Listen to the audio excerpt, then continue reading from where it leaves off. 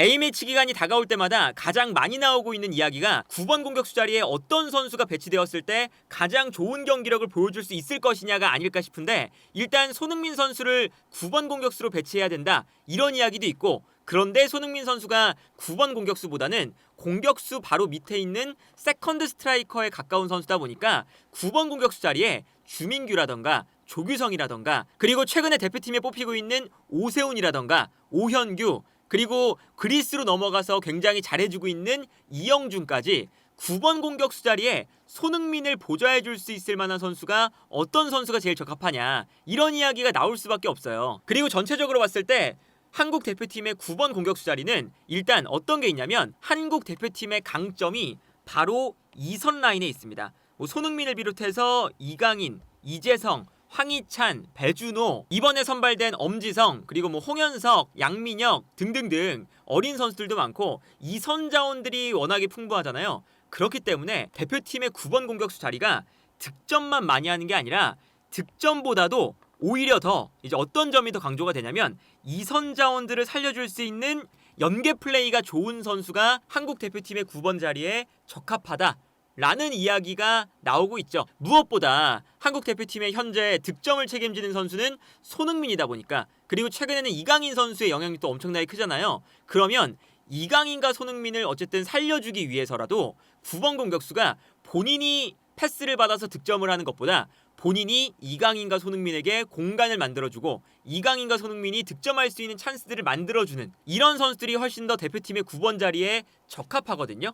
그리고 최근에 이제 유력하게 나오는 선수들이 현재 주민규 선수가 있고, 그리고 최근 들어서 이제 이름이 많이 나오는 선수들만 비교를 해보면 당연히 최근에 9번 자리에 자주 나오고 있는 주민규 선수가 있고요. 여기에 최근에는 부상으로 대표팀에 뽑히지 못하고 있지만 조규성 선수도 있고, 그리고 이제 이영준 선수가 떠오르는 선수로 지목이 되고 있죠. 그리고 최근에 포획 감독도 한국 대표팀에 지원을 하기 위해서 한국 대표팀의 스쿼드나 전술을 연구를 하다가 9번 공격수 자리가 애매하니까 어떤 선수를 눈여겨봤느냐, 20세 이하 대표팀에 월드컵을 출전했었던 이영준 선수를 눈여겨봤다 라는 이야기도 했었잖아요. 그래서 주민규, 조규성, 이영준 이 3명의 선수가 이제 앞으로 북중미 월드컵을 준비하면서 아마 경쟁을 하게 될 9번 공격수 자원들이 아닐까 싶은데, 아까 말씀드린 것처럼 약간 주민규, 조규성, 이영준은 스타일이 약간 다릅니다. 일단 주민규 같은 경우에는 우리가 주민규 선수를 이야기할 때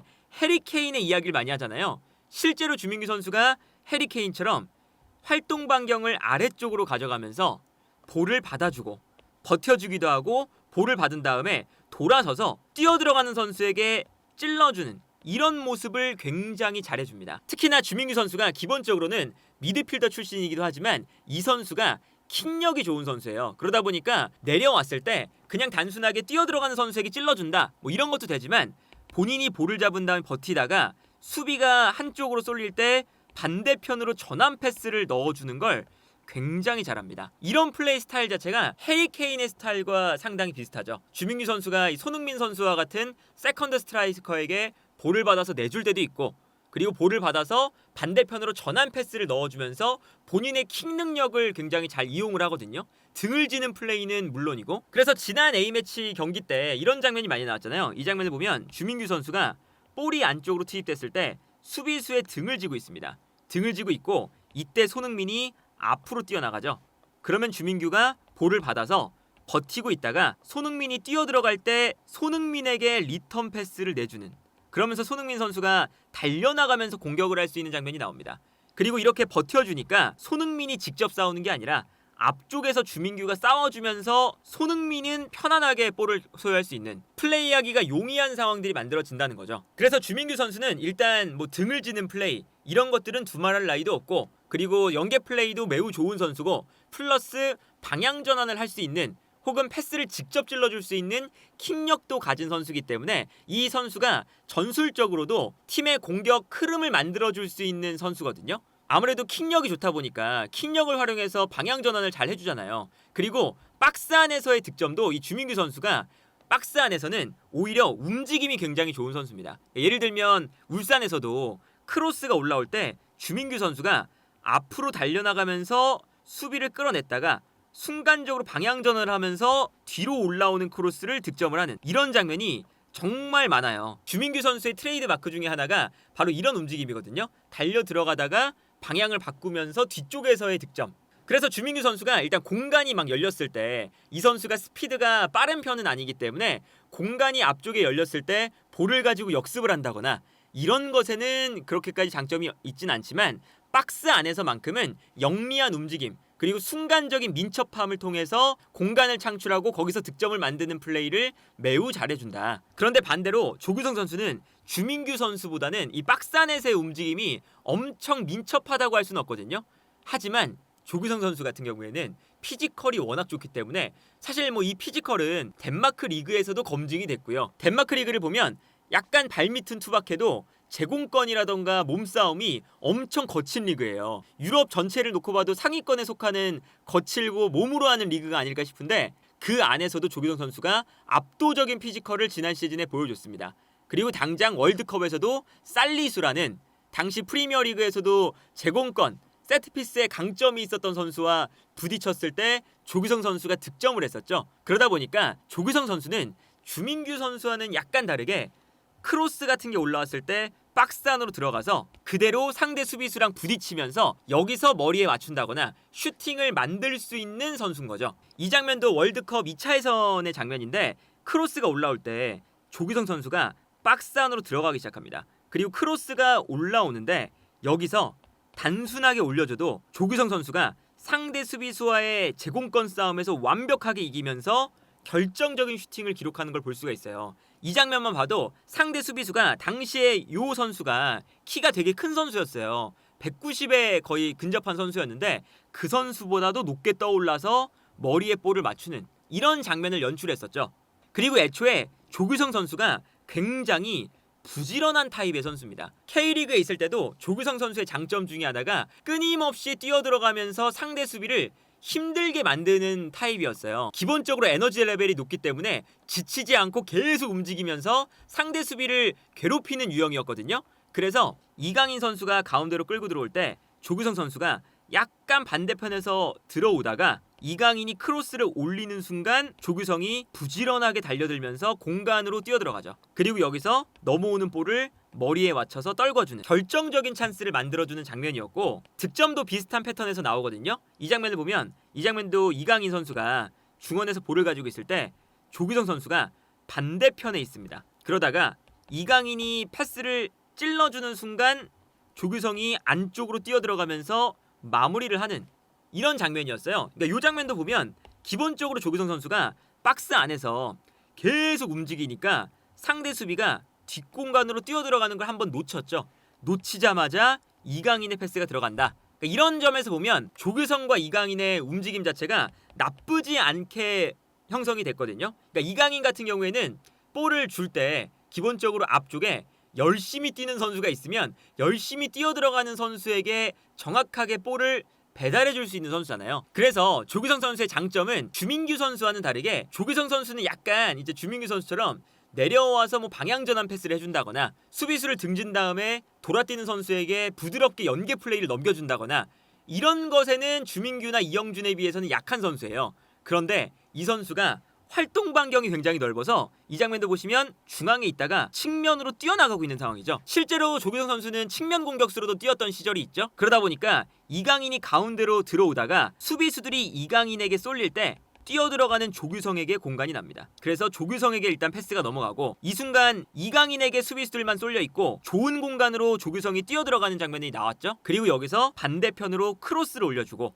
여기서 득점이 나오는 장면을 볼 수가 있었습니다. 이런 모습을 보면 조규성 선수의 장점은 또 기본적으로 측면 공격수를 겸했던 선수기 때문에 안양 시절부터 안양, 전북, 뭐 상무 이 팀들을 거치면서 측면 공격수도 보면서 중앙 공격수도 보는 이런 자원이었거든요. 물론 지금은 조금 더 이제 몸이 좀 더 커지면서 사실은 측면 공격수 자원으로는 많이 뛰진 않지만 여전히 그러한 기질은 남아있기 때문에 에너지 레벨이 높은 선수라는 거. 그래서 중앙 측면을 오가면서 공간을 창출해주고 수비를 끌어내고 좋은 공간으로 이동해준다는 게 조규성 선수의 장점이죠. 그러다 보니까 이런 것도 사실은 손흥민이나 이강인에게도 도움이 돼요. 이선 자원들에게. 주민규처럼 버텨주는 것도 있겠지만 사실은 앞쪽에 있는 조규성이 밀고 들어가면서 수비를 뒷걸음질치게 만들거나 아니면 약간 측면으로 빠지면서 수비를 끌고 다니면 당연히 뛰어들어갈 수 있는 공간, 플레이할 수 있는 공간이 수비 라인과 미드필더 라인 사이에 생기거든요. 그래서 벤투 감독이 조규성을 좋아했던 거고, 다만 여기서 이제 조규성 선수가 이제 워낙에 이런 에너지 레벨로 승부를 보는 타입이기 때문에 조규성 선수의 특징 중에 하나가 컨디션에 따라서 활약도가 좀 차이가 많이 나는 편입니다. 특히나 벤투 감독의 그 카타르 월드컵이 조규성 선수 컨디션이 되게 좋을 때였어요. 그런데 월드컵이 끝나고 이제 마인츠 이적설이 날 때 조규성 선수가 지금 몸 상태가 별로라서 한 시즌 조금 더 몸을 만들고 가야 될 것 같다, 이런 얘기를 했잖아요. 그게 왜 그랬는지 좀 생각을 해보면 그 다음 시즌에 K리그가 개막을 한 다음에 초반에 조규성 선수가 실제로 컨디션이 별로 안 좋으니까 활약도가 생각보다 많이 떨어졌습니다. 그러다가 시즌이 진행되면서 점점 더 활약도가 올라오더니 미트윌란을 중간에 갈 때쯤에는 컨디션이 되게 좋았어요. 그래서 미트윌란으로 가자마자 엄청 잘했죠. 그러다가 이제 미트윌란이 이제 겨울 브레이크가, 윈터 브레이크가 조금 빨리 와요. 워낙에 추운 곳이다 보니까.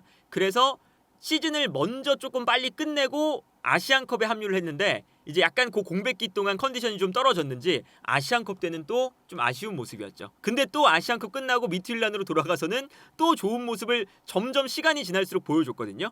그러니까 어쨌든 약간 이 조규성 선수도 이런 에너지 레벨을 통해서 계속 수비수를 끊임없이 괴롭히는, 그리고 크로스가 올라왔을 때 압도적인 제공권을 박스 안에서 보여줄 수 있는 이런 유형의 선수이기 때문에 주민규 선수와는 또 다른 스타일로 손흥민, 이강인, 이재성 이런 이선 자원들에게 도움을 주는 선수다. 그리고 최근에 이제 그라스오퍼에서 잘하고 있는 이영준 선수는 약간은 주민규와 조규성을 약간씩 갖고 있습니다. 이영준 선수가 기본적으로는 피지컬이 정말 좋아요. 그래서 그 20세 이하 월드컵 때도 이제 뭐 나이지리아라던가 이탈리아라던가 이제 피지컬이 좋은 유럽이나 뭐 아프리카 팀들을 상대로도 이영준 선수가 있었기 때문에 김은중 감독이 역습 축구를 할 수가 있었거든요. 그리고 그때 당시에 에이스가 배준호 선수였잖아요. 이영준 선수가 앞쪽에서 버텨주기 때문에 이 선에 있는 배준호 선수가 볼을 잡아서 플레이를 하기가 상당히 편했어요. 예를 들면 이제 이런 장면이죠. 이 장면을 보시면 앞쪽에 이영준 선수가 뛰어들어가고 있고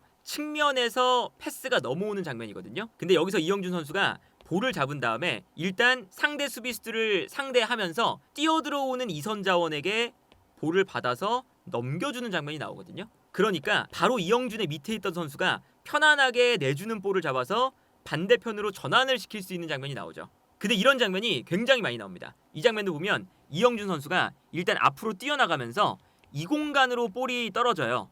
근데 여기서 볼을 잡은 다음에 수비를 버텨주면서, 등으로 버텨주면서 앞쪽으로 뛰어들어오는 배준호에게 볼을 받아서 내줍니다. 그리고 배준호가 달려나오면서 일단 볼을 잡는데, 볼을 잡는 순간 수비가 본인에게 다시 쏠리니까 약간 측면으로 돌아뛰고 있는 이영준에게 패스를 다시 줘요. 그러면 여기서 이영준이 또 볼을 지켜주면서 수비수와 몸싸움을 하면서 달려들어오는 배준호에게 다시 리턴 패스를 내줍니다. 그래서 이 다음 장면을 보면 이영준이 버텨주고 뛰어들어가는 배준호에게 이영준이 2대1 패스를 넣어주는 걸 볼 수가 있죠. 그리고 심지어 이 이영준 선수가 조규성 선수처럼 측면으로 움직이는 플레이도 꽤나 잘하거든요. 이 장면도 보면 앞쪽에서 볼을 받을 때 이영준 선수가 측면으로 돌아뜁니다. 앞쪽에 이제 수비가 끌려나가는 순간 이 공간으로 뛰는 거죠. 그리고 이 공간으로 일단 패스가 들어가면서 이영준 선수가 수비수 한 명을 끌어내요. 끌어내니까 이제 이 안쪽에 공간이 생기죠. 그리고 끌어낸 다음에 버티면서, 사실은 이게 이탈리아전이었는데 이탈리아의 수비수들이 피지컬이 좋은데도 불구하고 이영준을 아무리 잡고 끌어도 넘어지질 않습니다. 그리고 수비를 끌어냈으니까 공간이 생기니까 요 안쪽으로 뛰어들어가는 배준호에게 리턴 패스를 내주면서 배준호에게 좋은 공간이 발생을 하죠. 그리고 여기서 배준호가 달려들어가면서 볼을 잡으니까 이영준이 준 패스를 가지고 공간으로 뛰어들어가면서 결정적인 찬스를 맞이하는 이런 장면이거든요. 이런 모습을 보면 이영준 선수 같은 경우에는 일단 연계 플레이가 주민규 선수처럼 굉장히 좋은 선수입니다.